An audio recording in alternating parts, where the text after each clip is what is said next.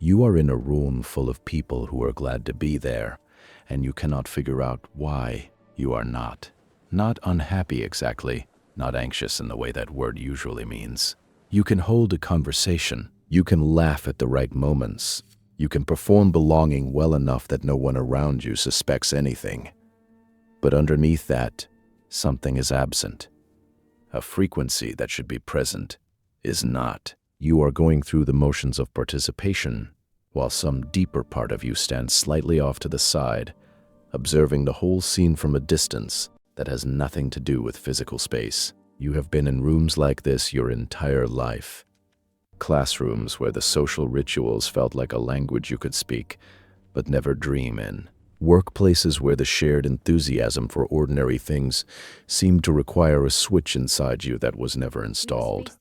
Gatherings with people who like you, who mean you well, where you sit at the table and feel inexplicably like a foreign correspondent filing a report from a country that isn't yours. The label that has been applied to this by well-meaning people, by pop psychology, sometimes by yourself, is that you are introverted or antisocial, or that you have trouble connecting, or that you are too much in your head. Here is what none of those labels account for.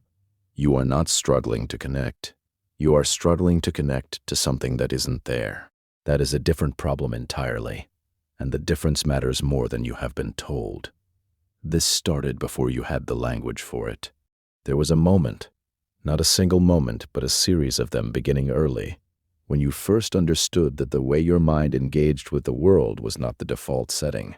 Other people seemed to find immediate, uncomplicated satisfaction in things that you could participate in, but not lose yourself to.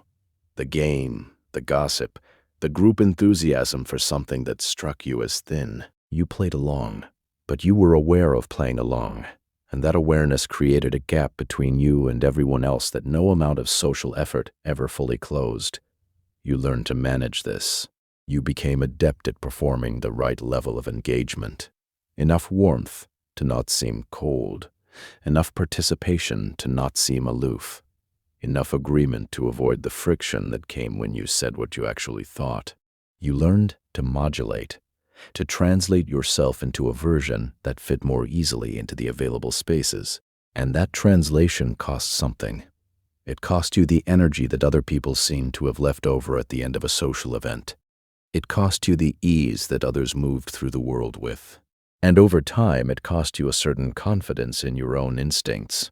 Because if your natural responses were consistently wrong for the room, then maybe your natural responses were wrong, period. The internal monologue in those moments sounds like this. Everyone else is fine. Why aren't you fine? You're making this harder than it needs to be. Just be present. Just enjoy it. There's nothing wrong with this situation. There is something wrong with you. That last sentence, that is the one that does the damage. Because you have run that loop in rooms where the conversation was genuinely shallow and told yourself the problem was your standards. You have run it at gatherings that were genuinely joyless and diagnosed yourself with an inability to feel joy. You have applied the self-correction inward, over and over, in situations that did not actually require correction, only departure. When you suppress this trait to fit in, you become legible to the room, at the cost of becoming illegible to yourself. The social performance succeeds. The internal registration of what just happened, that you traded your actual experience for a performance of one, sits unprocessed, accumulating. What it costs you across time is not friends, not connection, not social success. People generally like you. What it costs you is the accumulation of evidence that you can trust your own perceptions. Every time you overrode your read of a room to stay in it longer than your read recommended, you deposited a small proof that your read cannot be trusted. Enough of those deposits, and you stop consulting your own perceptions in real time. You start consulting the room instead. The question people think they're asking when this pattern surfaces is, am I normal? Can I connect? Is something wrong with me? The actual question, the one this trait is forcing you to answer, is this: Have you been measuring yourself against an experience of belonging that you were never actually excluded from because you never actually wanted it? That is the uncomfortable center of this. Not whether you belong, but whether the specific form of belonging you've been trying to achieve is something you would have chosen if you had chosen freely. The word you have been given for this is introversion, or disconnection, or, in more dramatic framings, social anxiety or even low-grade depression. None of these are the right word because none of them describe what is actually happening. Introversion is a preference for less stimulation. What you experience is not a preference for less. It is a precise and involuntary detection of absence. Your nervous system is not overwhelmed by the room. It is understimulated by the content. Those are physiologically different experiences that produce superficially similar behavior and require entirely different responses. Disconnection implies that connection is what you're failing to achieve, but you connect deeply when the conditions support it. What you don't do is connect to surfaces. That is not a failure of connection. It is a high threshold for what counts. The label matters because the label determines the prescription. If the problem is introversion, the solution is exposure and tolerance building. If the problem is disconnection, the solution is opening up more. Both prescriptions miss the actual situation. You are not failing to connect. You are accurately reading the available depth and finding it insufficient. The correct response to that reading is not to override it. It is to acknowledge it as data. You are not struggling to belong. You are struggling to belong to something shallow enough to exclude you. This trait does not come from damage. It does not come from a difficult childhood, though people with difficult childhoods often develop it. It does not come from arrogance, though people who are threatened by it will call it that. It comes from a particular structure of mind, one that processes experience in parallel rather than serially, that registers context alongside content, that notices the gap between what is being said and what is actually happening. This is sometimes called high self-monitoring. More accurately, it is high environmental monitoring, a constant, automatic cross-referencing of the present moment against a deeper internal model of what is real, what matters, and what is being left unsaid. You can't turn this off. It runs continuously, below the level of conscious choice. Its original function is precision. People whose minds work this way are extraordinarily good at reading rooms accurately, at detecting what others have not yet noticed, at identifying the thing no one is naming, at knowing when a situation is not what it presents itself as. This is not a sensitivity. It is a detection system. And like any precise detection system, it produces a specific kind of misery when deployed in low-signal environments. You feel like an outsider not because you lack the ability to belong. You feel like an outsider because your instrument is calibrated for signals that most environments don't transmit. Pay attention to who finds this trait threatening and what they do with it. The people most disturbed by your quality of presence, by the way you notice without announcing, by the way you disengage without concealing it well enough, by the way you seem to require something from a conversation that the conversation is not prepared to offer, are people who depend on collective validation to feel real. Not bad people, not weak people, people whose sense of self is maintained by the continuous mirroring of shared enthusiasm, shared reaction, shared assessment. When you do not mirror, when you remain slightly apart, observing, it disrupts that circuit.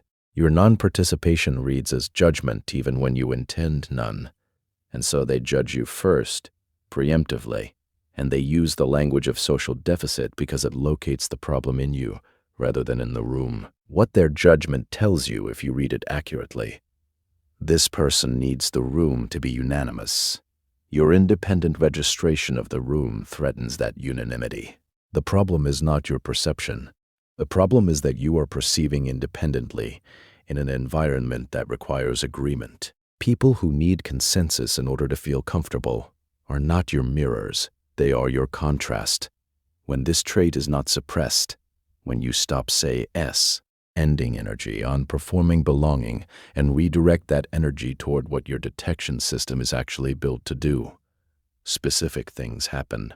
You see problems before they are named, not because you are smarter, but because your baseline monitoring is already scanning for what doesn't fit.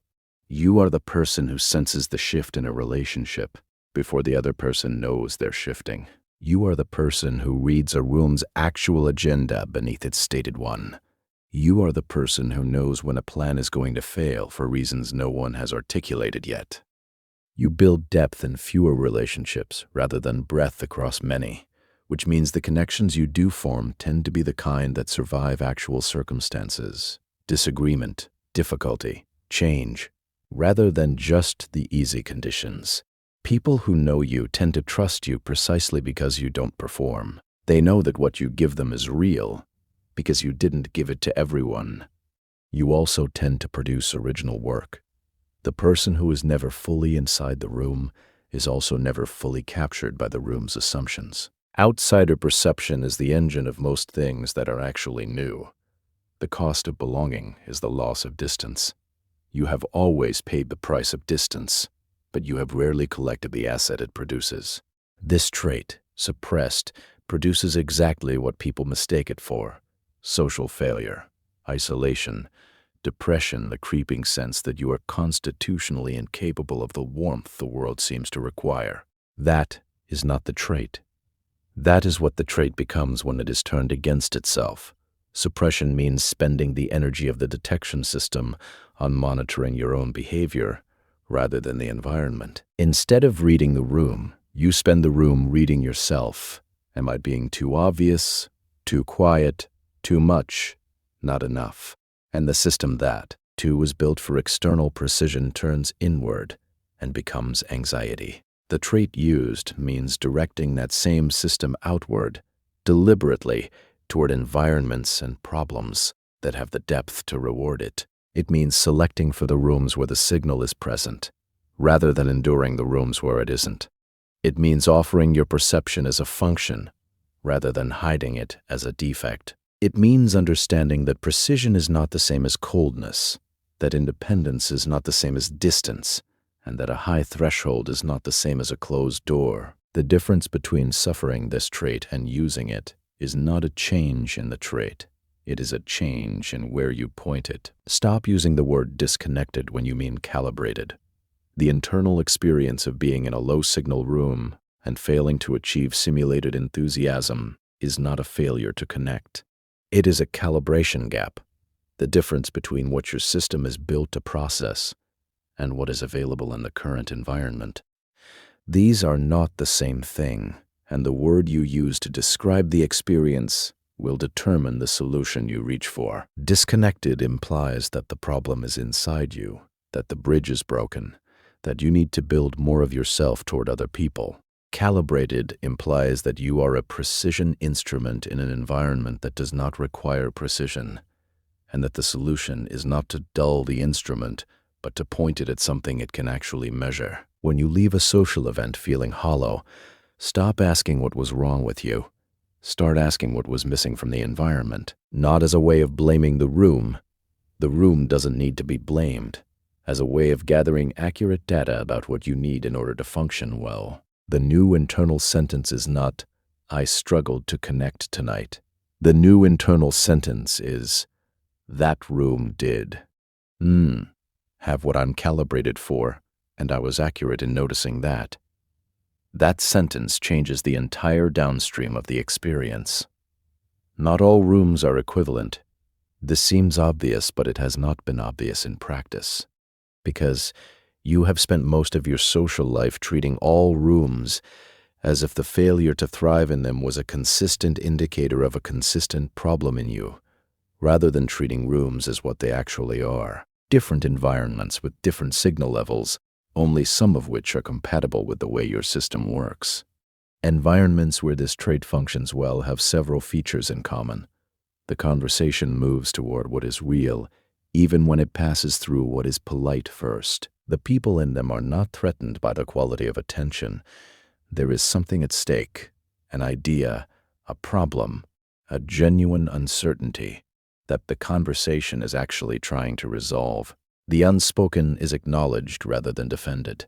Environments where this trait is suppressed have their own features.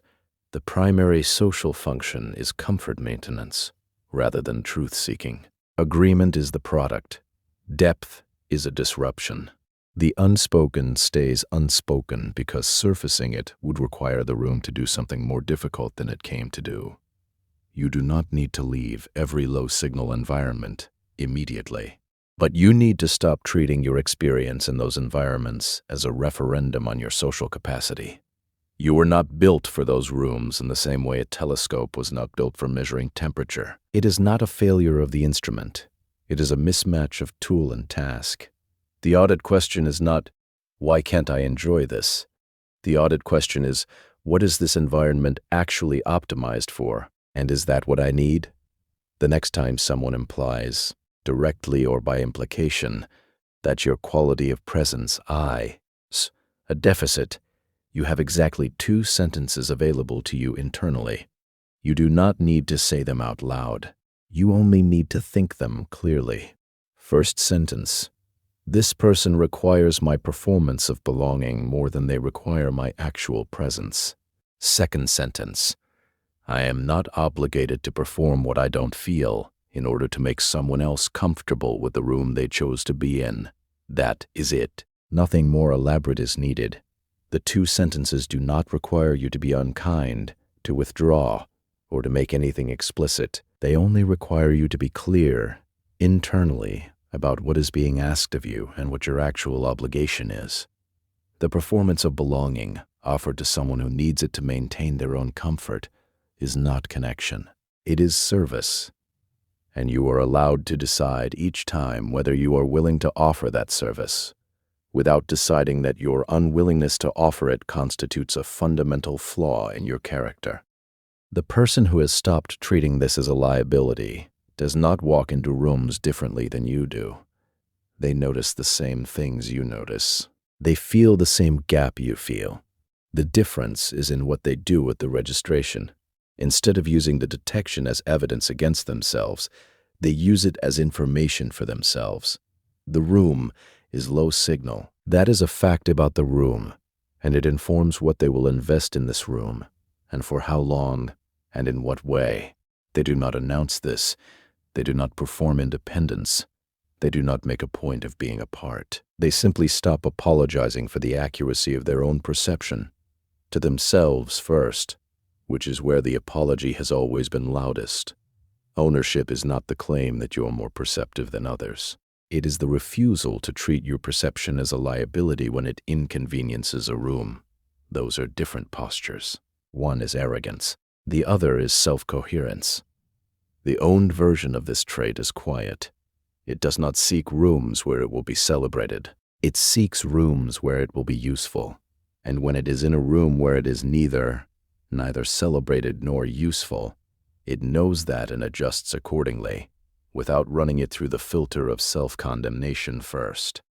You are allowed to know what you know about a room. That is the ownership statement. You are allowed to know what you know. There is a standard for social experience that most people have absorbed without choosing it. It says that belonging should feel easy, that comfort should be the baseline, that the absence of effort is the sign of fit. It says that if you are consistently working harder than other people to feel present in shared spaces, the problem is your capacity for presence. That standard was not designed for the way your mind works. It was designed for the median experience, for the largest number of people at the lowest level of perceptual demand. It is not wrong as a standard. It simply was not built to accommodate minds that are running more processes simultaneously, monitoring more inputs, holding more uncertainty while waiting for the situation to clarify. You have been measuring yourself against that standard your entire social life. You have been asking whether you can achieve the ease that the standard describes, and finding the answer consistently insufficient. What you have not been asking is whether the standard is the right measuring instrument for someone calibrated the way you are.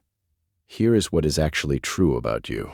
Right now, at this precise moment in your life, You are not socially broken.